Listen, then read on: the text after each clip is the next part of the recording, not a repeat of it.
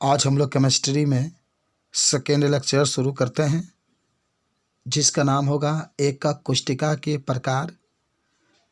इसमें आपको कई तरीके से पढ़ना है। एकक कोष्ठिका के प्रकार में पहला हम लोग पढ़ रहे हैं आद्य या सरल एकक कोष्ठिका।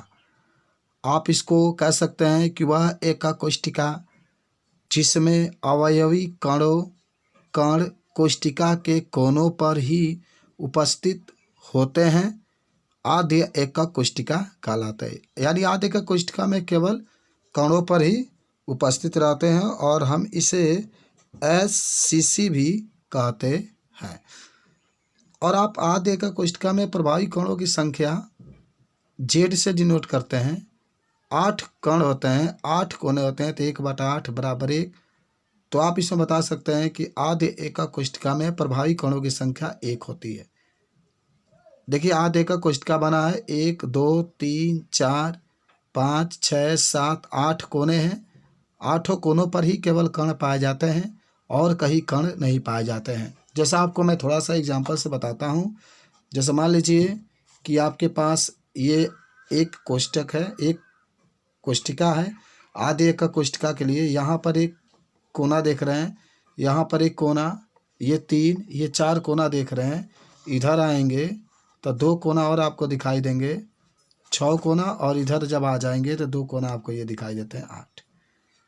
तो कोई भी एकक कोष्ठिका होता है उसमें 8 कोने होते हैं और आप इसमें देख सकते हैं 6 फलके होते हैं चारों ओर आपके। तो वह एकक कोष्ठिका जिसके 8 कोनों पर केवल कण पाए जाते हैं उसे आद्य एकक कोष्ठिका कहते हैं। आप यहाँ पर कोना देख रहे हैं, 8 कोनों पर एक एक कण उपस्थित होता है। उसके बाद से आद्य एकक कोष्ठिका के बाद अब जो दूसरा भाग आता है उसका नाम होता है केंद्रीय एकक कोष्ठिका। केंद्रीय एकक कोष्ठिका जिसमें अवयवी कण कोनों के अतिरिक्त अन्य स्थिति पर भी पाए जाते हैं उसे केंद्रीय एकक कोष्ठिका कहते हैं। अब केंद्रीय एकक कोष्ठिका के कई 3 प्रकार होते हैं, जिसमें आपके जो पहला प्रकार होता है उसको हम लोग कहते हैं अंतः केंद्रित एकक कोष्ठिका।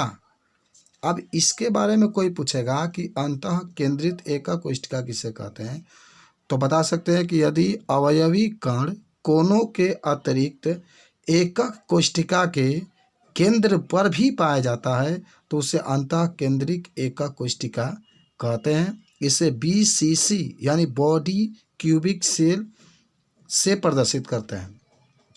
तो आपने देखा कि 8 कोनों पर तो पाया जाता है, इसके केंद्र में ही पाया जाता है। 1 2 3 4 ये 8 कोने हैं, उसके केंद्र में पाया जाता है तो उसको अंतः केंद्रित एकक कोष्ठिका कहते हैं। तो इसमें जो प्रभावी कणों की संख्या होती है, तो आप प्रभावी कणों की संख्या निकालेंगे तो देखिए एक चीज़ बताता है आपके 8 कोनों पर होते हैं तो इसके निकालेंगे तो 8 × 1/8, 8 से 8 कैंसिल, 1 बचेगा और एक केंद्र पर होता है। तो आप एक तो ये आया और एक केंद्र पर होता है, 2 आप इसको लिख सकते हैं। उसके बाद से जो आपका इसमें तीसरा आता है जिसको हम लोग कहते हैं फलक केंद्रीय एकक कोष्ठिका। तो यदि अवयवी कण एकक कोष्ठिका के कोनों के अतिरिक्त प्रत्येक फलकों के केंद्र पर भी स्थित होता है तो वह फलक केंद्रीय कोष्ठिका कहलाता है। इसे हम लोग FCC यानी फेस क्यूबिक सेल FCC कहते हैं। यानी जो फलक आप देखते हैं, एक ये फलक, एक ये ऊपर वाला फलक है, एक साइड वाला है, ये आगे वाला है, यानी 6 फलकों पर एक एक कण उपस्थित होते हैं और एक केंद्र में होता है। और आपको बता दें कि कोनों पर जो कण होते हैं 8 होते हैं, फलक पर जो कण होते हैं 6 होते हैं। कोनों पर जो योगदान कितना होता है तो 8 × 1/8 तो 1 हो जाएगा। फलक पर कणों का योग जब निकालेंगे 6 × 1/6 तो 3 हो जाएगा। तो कुल प्रभावी के कणों की संख्या इसमें 4 होती है। सबसे अधिक प्रभावी कणों की संख्या आपका FCC जो होता है उसी में होता है। उसके बाद से एक चीज़ और आता है जिसमें अब हम लोग नेक्स्ट पर चलते हैं, अंत्य या आधार केंद्रीय एकक कोष्ठिका। तो इस प्रकार के एकक कोष्ठिका में अवयवी कण कोनों के अतिरिक्त किन्हीं 2 विपरीत जो आप पकड़ते हैं, ये फलक जो आप पकड़ेंगे विपरीत, उस पर आपके फलकों के केंद्र पर भी स्थित होते हैं। तो इन्हें हम लोग अंत्य एकक कोष्ठिका कहते हैं।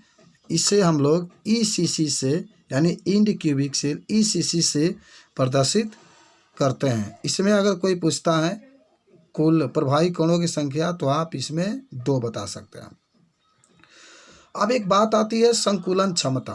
कोई आपसे पूछे संकुलन क्षमता किसे कहते हैं तो बता सकते हैं क्रिस्टक जालक में अवयवी कण क्रिस्टक जालक के कुल आयतन का जितना भाग घेरता है उसे क्रिस्टक जालक का संकुलन क्षमता कहते हैं। बहुत ही सिंपल है, तो उसे क्रिस्टक जालक का संकुलन क्षमता कहते हैं।